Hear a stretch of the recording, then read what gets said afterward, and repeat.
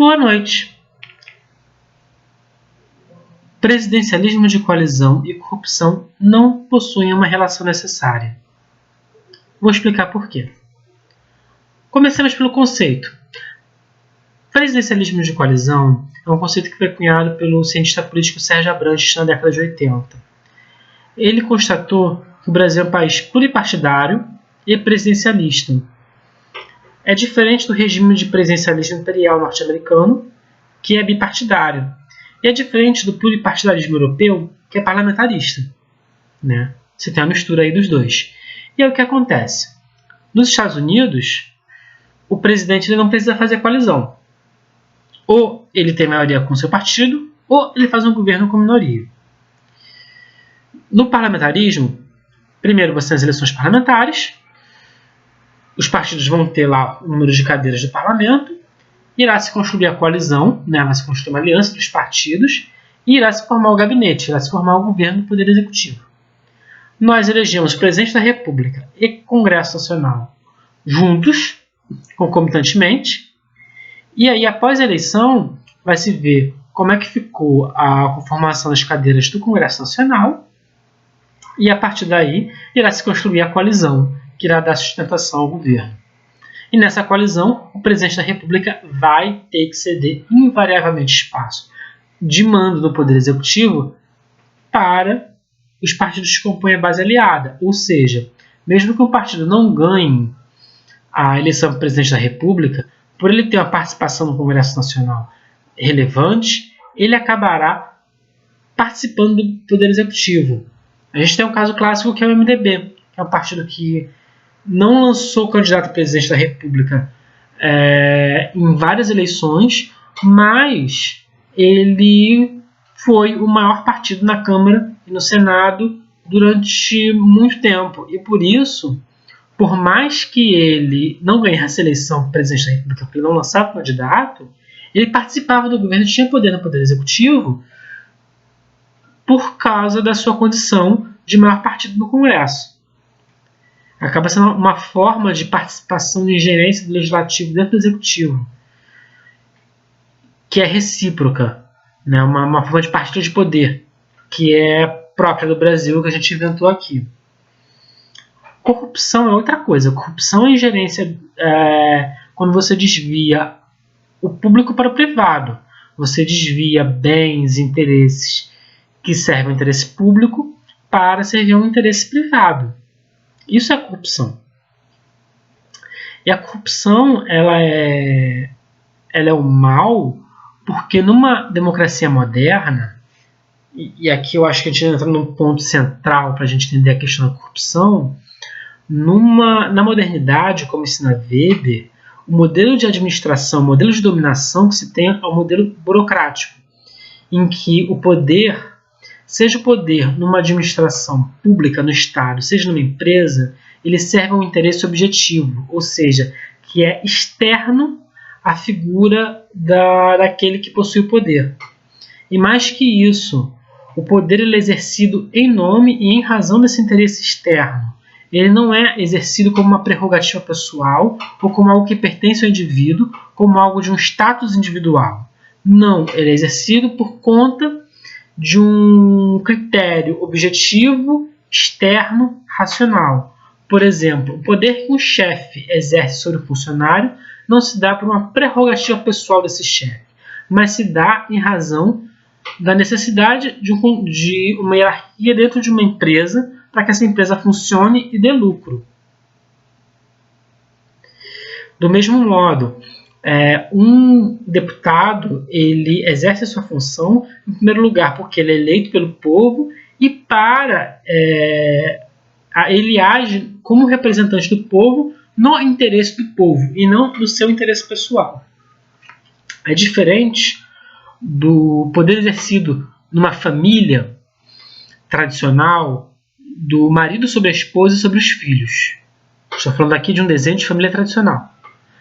Esse poder ele está ligado diretamente à pessoa do homem, à pessoa do indivíduo, e ele é um poder exercido de forma subjetiva, de acordo com a vontade e com a visão e com a personalidade do chefe de família.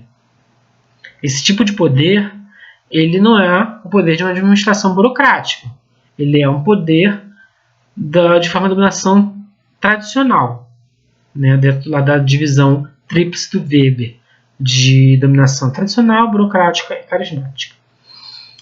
Pois bem, quando a gente fala de Brasil, né, todos os autores que estudaram a fundo a identidade brasileira, eu citaria Gilberto Freire, citaria Raimundo Faoro, citaria Sérgio Buarque de Holanda, e além deles há outros, Oliveira Viana.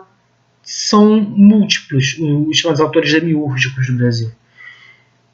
Eles apontam, ainda que com visões distintas, você pegar o Faoro ele vai centralizar muito a análise dele na estrutura do Estado, que vai falar que é um Estado patrimonialista, porque ele é uma continuação do Estado português, que é um Estado que vem de uma monarquia absolutista, mercantilista, e que ele serve ao interesse daqueles que controlam o Estado, de um estamento de pessoas que controlam o Estado no seu próprio interesse, seja na visão do Gilberto Freire, que vai centrar muito mais na relação da Casa Grande, né, do senhor de engenho, com os que o cercam, a esposa, os filhos, os escravos, né, a relação da Casa Grande senzala, né, do poder do patriarcado rural, ou então na análise do Sérgio Buarque de Holanda, que também vai falar muito dessa questão do poder dos homens de terra e gente, que exercem muito no interesse privado, nessa questão de ausência do público no Brasil, de ausência de visão de bem comum. Qualquer um desses autores, o que vai se identificar é o poder no Brasil sempre foi exercido não com base no critério objetivo ou de um interesse objetivo, mas de um interesse subjetivo daquele que o exerce. Então, o que a gente tem é um choque entre a modernidade, entre o modelo normativo da democracia liberal, que é aquilo que a gente quer, que é aquilo que a gente considera moralmente correto, que é o de uma classe política que age no interesse do povo, e do outro, a gente tem a nossa formação histórica e social, em que o poder sempre foi exercido no interesse dos donos do poder. O poder sempre teve dono e sempre foi ligado como uma prerrogativa pessoal do próprio detentor do poder.